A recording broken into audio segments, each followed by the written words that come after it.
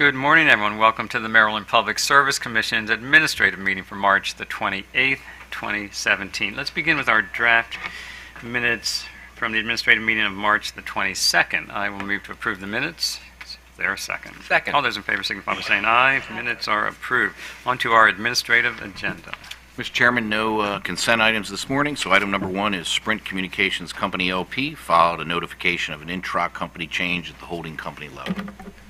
Good morning, Mr. Chairman, Commissioners. Kenneth Albert on behalf of staff. This item addresses a filing that notifies the Commission of a reorganization in the telecom sector that will result in the substitution of a wholly owned subsidiary into the vertical ownership chain between one, SoftBank Group Corp., which I'll refer to as SoftBank, which is the ultimate parent company of a Maryland telecommunications company, Sprint Corporation, and 2, the holding companies in which the corporate stock of Sprint is currently held. As explained in staff's comments, approval of the reorganization is not required under the Public Utilities article. Sprint Corp will benefit from the increased efficiency and improved management synergies that will result from the reorganization. Therefore, staff recommends that the Commission note the reorganization. Thank you. Any questions? Mr. Chairman, I'd just like to note Mr. Albert's very fine tie this morning. It's very nice. Thank you, sir. With that notation, do we have a motion? Yes, Mr. Chairman, I move we note the reorganization. Is there a second? Second. All those in favor signify by saying aye. Aye. Motion carries. Next item on the agenda, item 2, is TMGES Inc. DBA Amanta Energy Source filed an application for a license to supply electricity or electric generation services in Maryland. Morning. Mr. Chairman, Commissioners, Kenneth Albert on behalf of staff. This item addresses a request by TMGES, which does business as Amanta Energy Source, for authorization to operate as an electricity broker and aggregator for residential, commercial, and industrial customers. Ananta's management team has significant experience in the energy industry. There are no complaints or enforcement actions in the states in which Ananta currently operates. We've reviewed the company's website and training and marketing materials, and we have no concerns. We believe that Ananta is well qualified to serve as a broker and aggregator. Therefore, staff recommends that the Commission authorize Ananta to operate as an electricity broker and aggregator with the conditions recommended in staff's comments.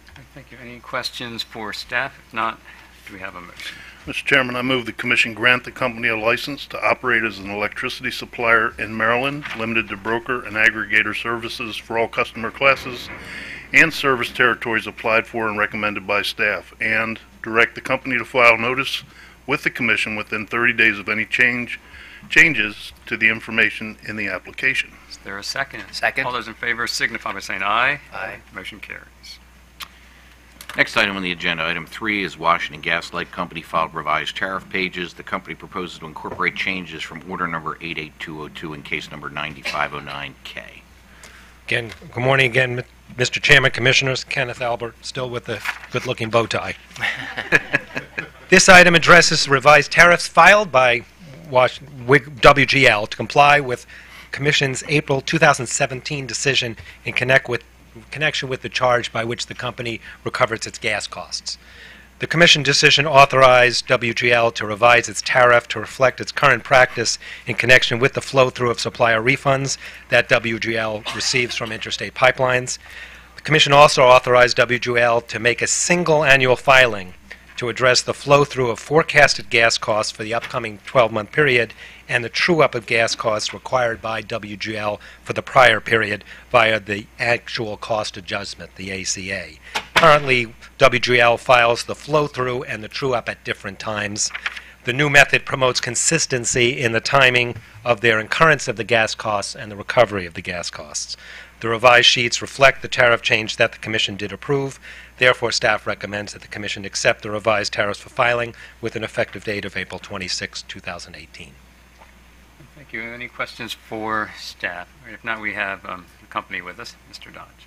Good morning, Mr. Chairman, Commissioners. John Dodge appearing on behalf of Washington Gas. Nothing to add, but happy to answer any questions, and I'm joined by Jim Wagner if you really want to get down in the weeds. All right, great. Any questions for the company? Not, thank you. Do we have a motion? Yes, Mr. Chairman. For item number 3, I move we accept the tariff revisions for filing and direct the company to file clean copies of the tariff pages with an issue date of March 28, 2018, and an effective date of April 26, 2018. Is there a second? Second. All those in favor signify by saying aye. Motion carries. Next item on the agenda, item 4, is Baltimore Gas and Electric Company filed its calculation of the gas administrative charge under Rider 12 of its gas service tariff. Good morning, Mr. Chairman, Commissioners. Lloyd Spivak for the Commission staff. This is a revision to BGE's September 2017 gas administrative charge filing, updated with new tax rates resulting from the Tax Cuts and Jobs Act of 2017. The gas administrative charge is paid by customers receiving gas sales service from BGE and is intended to cover the gas commodity portion of credit and collections cost, commodity billing, uncollectibles, and the PSC assessment. Normally, it is updated on an annual basis at the beginning of the heating season. In the current instance, the recent Tax Cuts and Jobs Act, combined with the Commission's orders regarding utility of tax treatment of tax savings from that act, necessitated this filing to update the 2017 revision to the gas administrative charge. Staff has reviewed the calculations and determined that the revised calculations are accurate and consistent with the calculation required under the case number 8950 settlement, as well as the Commission's orders requiring the utilities to flow through to customers the benefit of the Tax Cuts and Jobs Act. The filing reduces 3 of the 6 components of the gas administrative charge as detailed in staff's comments and the filing. Staff recommends that the Commission accept the gas administrative charge revisions for filing effective April 1st, 2018. Thank you. Any questions for our staff? If not, we also have the company with us, Ms. Curry. Good morning, Chairman, Commissioners. I'm available for any questions. And any questions for Ms. Curry? All right, now I want to thank Ms. Hernandez for her analysis for this item. Do we have a motion? Yes, Mr. Chairman. I move that we accept the revised gas administrative charge for filing effective April 1st, 2018. Is there a second? All those in favor signify by saying aye. Aye. Motion carries. Thank you, Commissioners. Last item on the agenda, item number 5, is Pivotal Utility Holdings, Inc., DBA Elkton Gas, filed revised tariff pages. The company proposes a reduction in its delivery service rates to flow through the benefits of the lower corporate federal tax rate to its customers. Thanks. Good morning, Chairman, Commissioners. Janice Flynn for this item, which I think is the 5th in our series on the Tax Cuts and Jobs Act flow-through. And this is a filing from Pivotal Holdings doing business as Elkton Gas that is designed to flow the benefits of the lower corporate tax rate of the Tax Cuts and Jobs Act to ratepayers. Elkton filed these tariff revisions on February the 15th in response to the Commission's order in case number 9473. Elkton proposes a April 1st effective date for the new rates. As initially proposed in its April 15th filing, Elkton proposed to distribute a total of $100,627 in tax savings through revised rates, consisting of a $77,596 impact on operating income and a $23,041 amortization of excess accumulated deferred income taxes. Yesterday, in response to comments filed by OPC, the company revised the tax savings to include deferred taxes related to the impact on other comprehensive income on the pension and other post-employment benefits regulatory asset that's includable in the unprotected component of excess deferred income taxes. The revised change results in an additional credit of $16,856. Staff has reviewed this change, and we believe it is appropriate. This morning, Elkton filed revised tariffs that reflect this additional tax savings. Staff believes that it is a reasonable adjustment, and we also have discussed it with OPC, and I believe they're also on board with the calculation. Elkton proposed to return the tax savings for the period January through March in the form of a one-time fixed bill credit. The company plans to recalculate individual customer bills for the affected period using the new rates. This should result in an accurate credit for each customer based on that customer's actual usage. The refund is proposed to appear on either the June or July bill with a brief explanation. Staff recommends that the company be required to make an informational filing within 60 days after the credit is distributed for the Commission's review. Elkton has committed to file a rate case, in a prior merger, case number 9404. We know that Elkton will be filing a rate case on or before June 30th, 2018. So,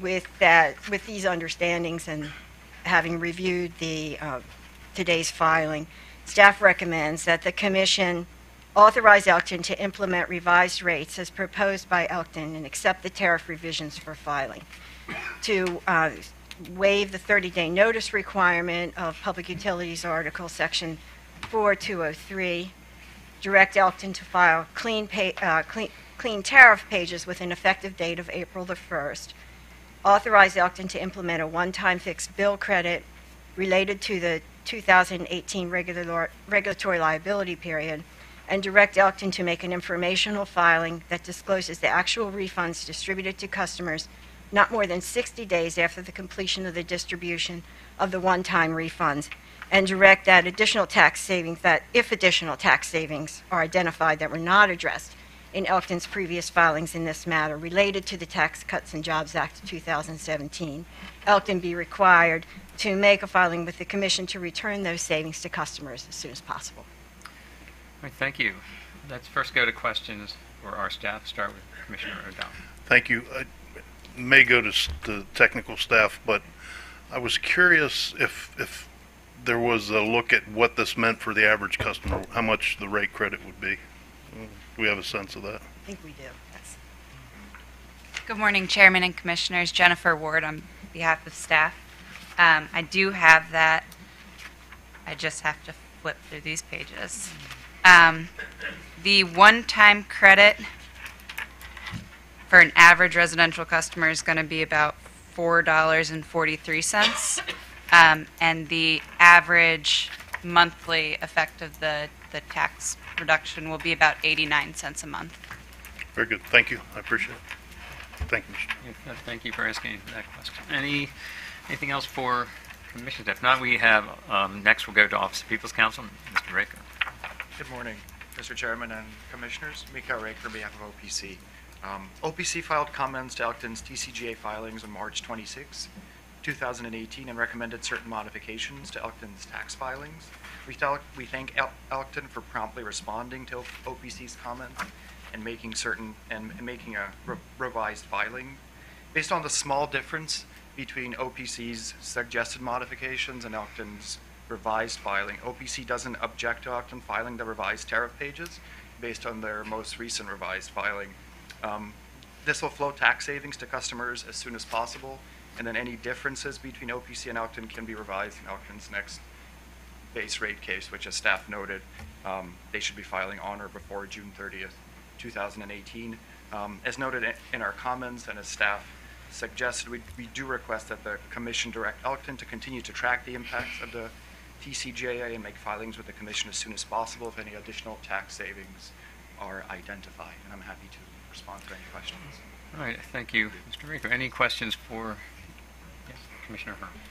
It's not a question. I'd just like to thank OPC for your diligence in reviewing these filings, and the company and the staff as well for all working together to pull this together for us and have agreement. So thank you very much. Thank you. Yes, thank you, Mr. Raker. Appreciate all your analysis. And I just wanted to just thank the company and acknowledge the company for working quickly to flow these tax savings back to the customers. I think it's great that we've seen that across the state from our utilities.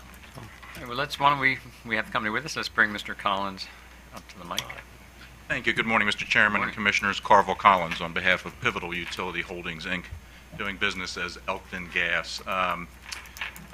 First, let me thank the parties, staff, and OPC for working with us. And we actually worked around the clock the last couple of days to make sure we got it right. So thank you to both parties for allowing us to stay on track for an April 1st effective date.